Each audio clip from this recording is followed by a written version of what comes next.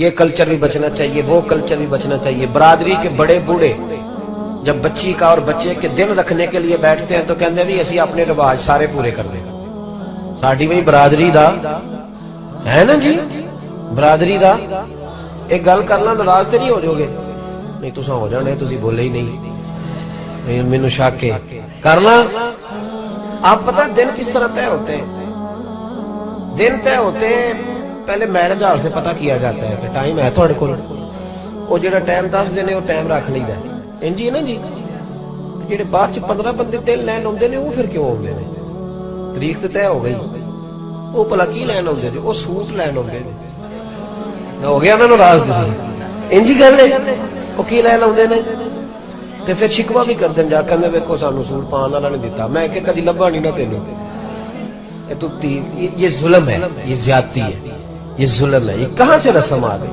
بچی والے کو تنگ کرنا، اس کے اوپر بوجھ ڈالنا، 50 بندے آگے دل لینے، پہلے تو دیکھ پوری یہاں لگ، اور پھر سوٹ تو ان کو سارے بڑے بڑے برادری کے بیٹھتے ہیں جب شادی طے ہوتی ہے۔ ماما ناراض ہے چلو منان چلیے، پھپھی ناراض ہے چلو، ہوتا ہے کہ نہیں؟ چلو جی وہ خالہ ناراض ہے منا لو۔ کبھی کسی نے نہیں کہا کہ بینڈ باجا نہ بجانا اللہ ناراض ہو جائے گا۔ کسی بڑے بوڑھے کو کہنا چاہیے نا، یہ بھی بول دے نہیں تسی، کہنا چاہیے کہ نہیں مہندی نہ کرے آجے بھائی اللہ ناراض ہو گا، کہنا چاہیے نا بوڑھوں کو بھائی مرضی دا بیاہ نہ کریے تے دادا رس جاندا ہے، رس جاندا ہے نا، تے دادا باجیاں نے کیوں نہیں رسدا؟ یہ ظلم ہے دین کے ساتھ، یہ زیادتی ہے۔ اگر اس بچے سے اللہ پوچھے گا تو دادے سے بھی قیامت کے دن پوچھے گا کہ سارے جرم تیرے سامنے ہوتے رہے لڑکیوں کے ہاتھوں میں، تو دادے سے بھی قیامت کے دن پوچھے گا کہ سارے جرم تیرے سامنے ہوتے رہے لڑکیوں کے ہاتھوں میں پھولوں کی پلیٹیں دے کے برات پہ کھڑا کر دیتے ہو۔ لڑکے کے ساتھ بوڑھے بوڑھے لوگ ہوتے ہیں، بوڑھے بوڑھے لوگ ہوتے ہیں، پہلے تباہی کرتے ہو پھر کہتے ہو یہ تماشا کیسے لگ گیا۔ اور سنو میرے بھائی، نبی کریم صلی اللہ تعالی علیہ وآلہ وسلم نے جو دین دیا بڑا شاندار ہے، بڑا میٹھا ہے، اس میں کوئی تکلف نہیں، اس میں کوئی تکلیف نہیں، کسی کو کوئی پریشانی نہیں۔ حضرت ربیعہ بن کعب کہتے ہیں ہم نے بھی شادیاں ہوتی دیکھی، قرضہ چڑھ جاتا ہے ساری عمر لینا ہی نہیں بیاہ کریے، ہاں ہاں بعد حساب کریدا تے منڈے نو آکھیدا تیرے بیاہ تے لیا سی لیا تو ہی دینا ہی، وہ بیچارہ 15 دن نہیں بیاہ نوں ہوندے تے پیسے لین والے آ گئے، کہندے پہلے ساڈے رکھنا، کیا مصیبت بنی ہوئی ہے۔ سنیں حضرت ربیعہ بن کعب کہتے ہیں نبی پاک نے ہمیں آسان کر کے دین دیا، سوکھا کام آسان کر کے۔ فرماتے میری ڈیوٹی تھی رسول اللہ کو وضو کرانے، اور یہ بھی میں نے حضرت بلال حبشی سے مانگ کے لی، اور میں نے کہا یار تھوڑی ڈیوٹی مجھے بھی دے دے۔ حضرت ربیعہ بن کعب رضی اللہ تعالیٰ عنہ کہتے ہیں انہوں نے کہا چل تہجد کا وضو تو کرا دیا۔ فرماتے میں رات کو نبی پاک کو وضو کراتا، کتنے دن گزر گئے وضو کراتے، تو ایک دن نبی پاک صلی اللہ علیہ وسلم نے پوچھا ربیعہ تو شادی کیوں نہیں کرتا؟ کہتے میں نے کہا یا رسول اللہ میں نہیں چاہتا کہ کوئی کام ایسا کرو جس سے آپ کی خدمت رہ جائے، اور ویسے بھی حضور نہ رنگ روپ ہے، نہ کوئی بڑا قبیلہ ہے، نہ کوئی کاروبار ہے، کون مجھے رشتہ دے گا؟ کہتے ہیں حضور خاموش ہو گئے۔ دوسرے دن پھر وضو کرایا تو نبی پاک علیہ السلام نے فرمایا ربیعہ شادی کیوں نہیں کرتے؟ میں نے کہا حضور ایک تو میں خدمت سے نہیں رکنا چاہتا، دوسرا نہ کاروبار، نہ کوئی بات، نہ کوئی پیسہ، نہ رنگ روپ، کون رشتہ دے گا؟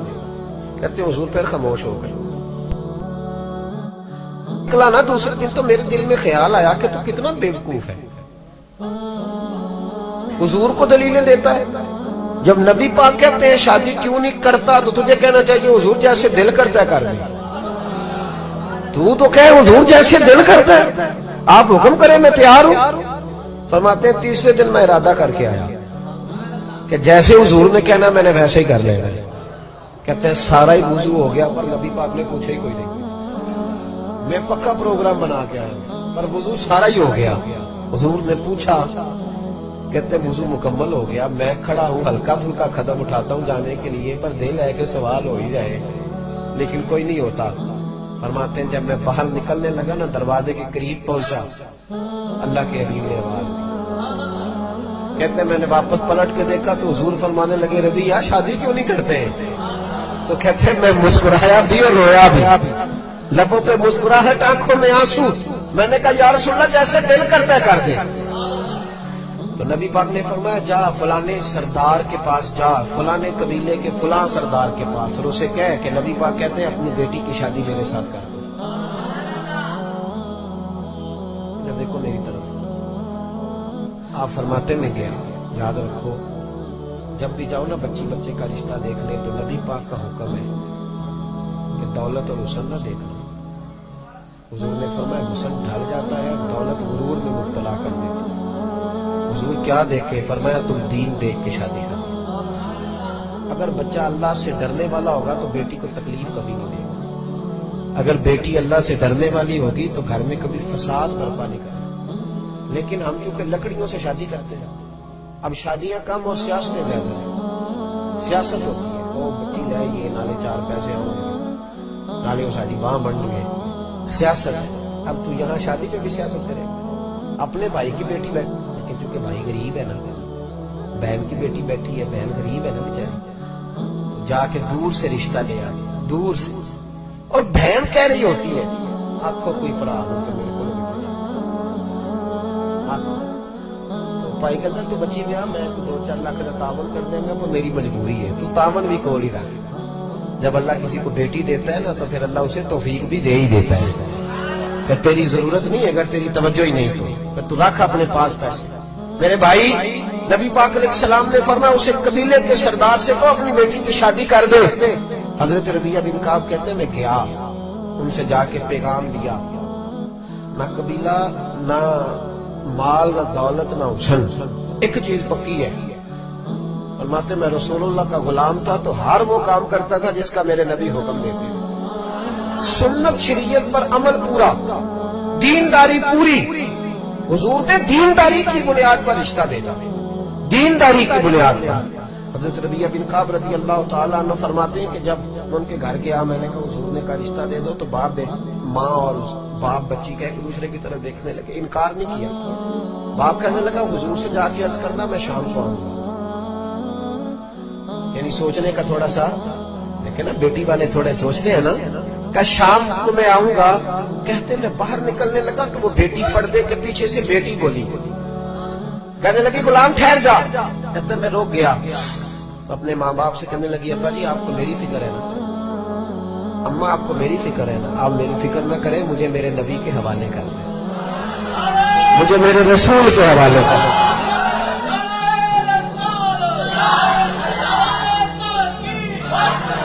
میرے کریم رسول کے حوالے کریں، اللہ رسول مجھے کبھی ضائع نہیں کریں گے۔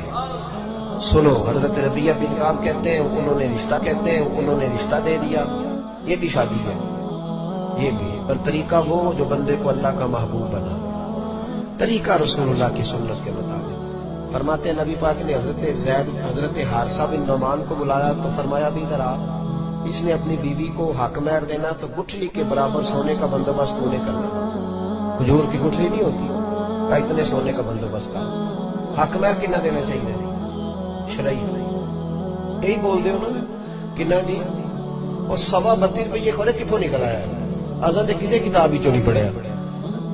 میں نے پوچھتا ہے کہ میں کہا جی کتنا حق مہر رکھنا ہے، اب تو میں شادیوں پہ نہیں جاتا، جو تو بینڈ باجا بڑا بچتا ہے تو میں کرتا ہوں، میں کہ کتنا حق مہر رکھنا، کہنا شرعی رکھ لو، میں کہ 1.25 کروڑ بھی شرعی ہے، رکھ لئیے 1.25 کروڑ بھی شرعی ہے۔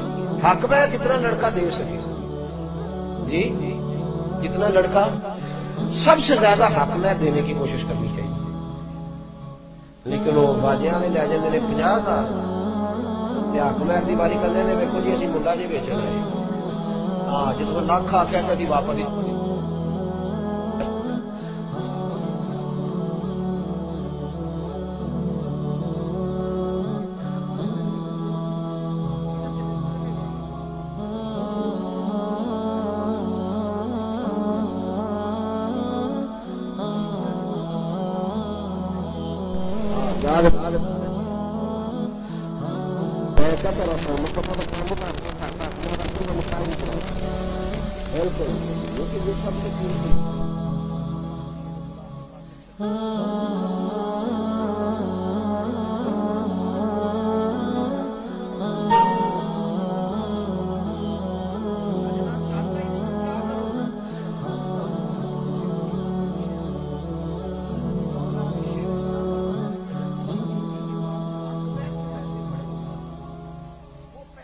سے لے کے نا اس کا شہد خرید کے پیے، اللہ تعالیٰ اس کی برکت سے تیری ساری بیماریاں دور کر دے گا، کیونکہ وہ برکت والے پیسے ہوتے ہیں۔